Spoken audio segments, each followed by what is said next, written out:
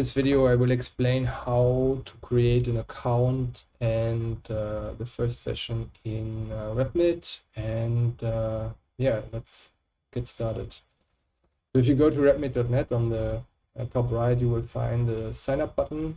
Here you can create your first account. And you enter the email address, password, accept the terms and conditions, create account. And now what you can see is the empty workspace. The workspace is quite similar to what you use from Google or Microsoft. So you will find folders and files. And now we will create the first folder, which we will call my first folder. And then within this folder, I will create my first session. Session is a collection of cases that you are using for teaching purposes. And I can upload images. I can use images that I already uploaded, or I can also bookmark cases from other uploaders. But here I will start with my own cases. I click here on upload. I've already prepared here a case. So first, the script erases all patient information from the DICOM header, and then let's say this is a country poop. It's my first case I uploaded. And while it's uploading, I can already provide some information about the patient. So this was a 55-year-old patient with trauma to head. And then can you spot the hemorrhage? And the solution would be an intraparenchymal hemorrhage.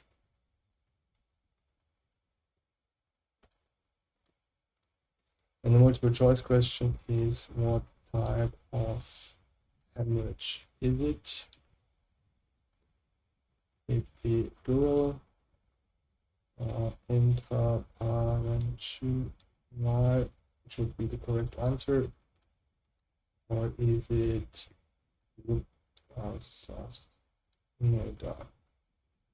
okay, so then I can already scroll through this case.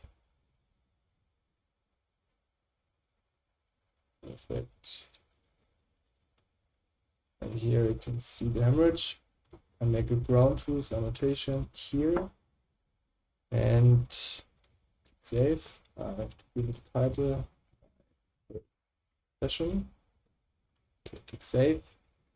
And now you can see that I have successfully created my first case, and now I want to find additional cases that I could use in my lecture. I go to sessions, and okay, what do we have here? So this is a case with an epidural hemorrhage. So you can bookmark this case. So all the information about the case is now in my bookmarks saved. So I go back to my space, go back to the session. When I click one time, I can see all the options here on the right side, and I click on edit. And now I can add the case from my bookmarks directly in.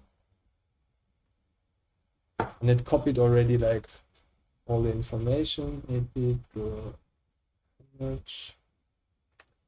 from the author, including the right solution, and I want the students to recognize this feature. Click save.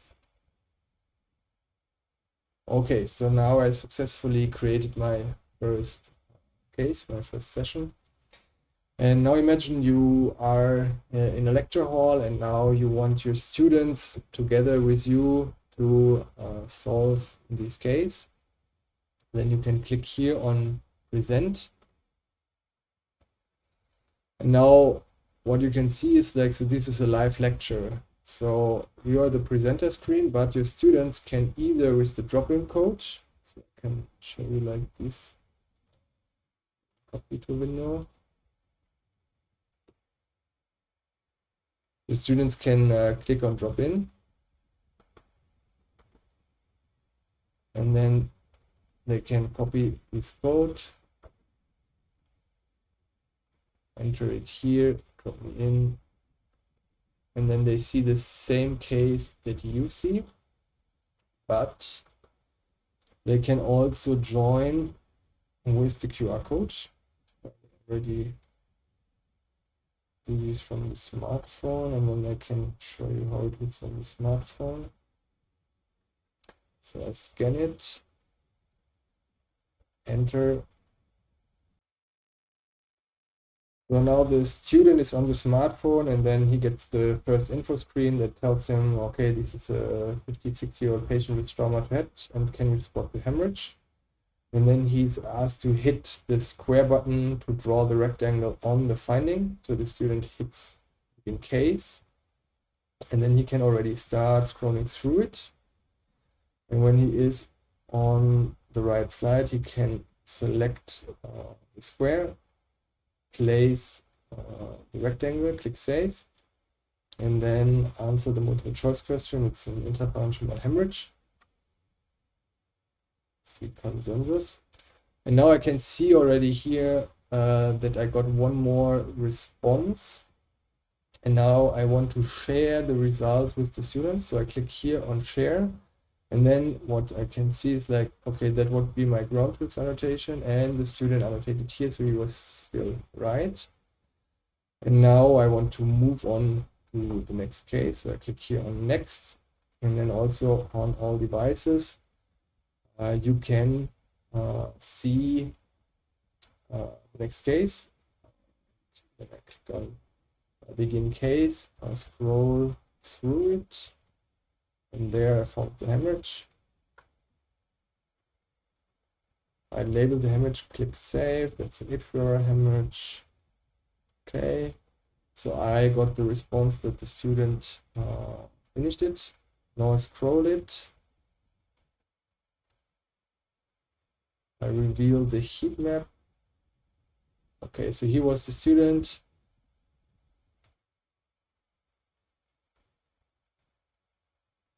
Perfect. After the lecture is finished, you can go to the settings, toggle the live features off, close the session, and then if you like, afterwards you can look at some of the statistics. How well did your students perform? So you can see how long did they on average take to answer the question. Currently, there's no consensus among students because it was just one. This one finished to 100%, and he chose the right answer. Okay, so now you have seen how to create a session in RepMate and how to do live lectures.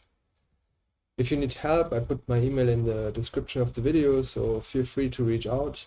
Also, I'm always happy to get some feedback to improve the platform, and yeah, that RepMate can help you to make more interactive and fun radiology lectures. Thank you.